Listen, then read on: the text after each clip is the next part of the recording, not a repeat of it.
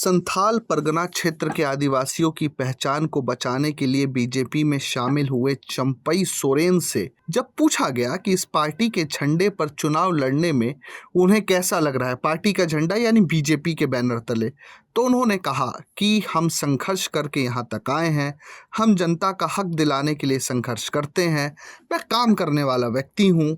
उन्होंने कहा बीजेपी से चुनाव लड़ना अच्छा लग रहा है।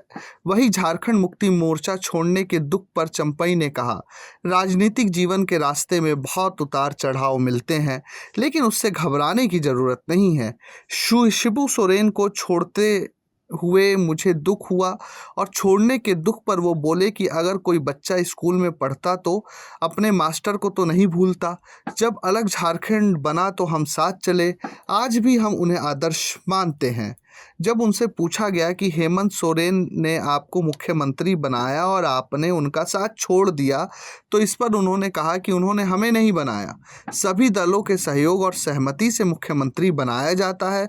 उन्होंने कहा कि उन्होंने हेमंत सोरेन की पीठ में छुरा नहीं घोंपा है।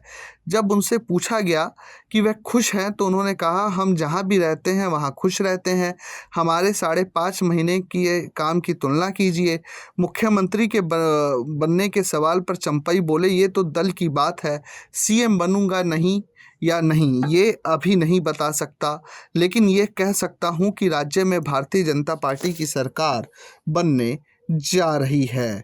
चंपई सोरेन की वजह से झामुमो को बड़ा झटका तो लगा है, इसमें कोई दो राय नहीं है।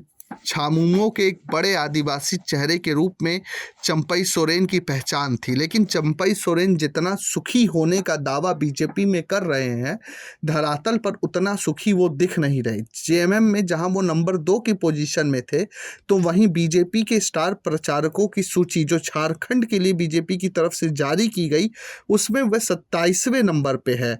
तो कहीं ना कहीं कद तो कथित रूप से बीजेपी में घटा है।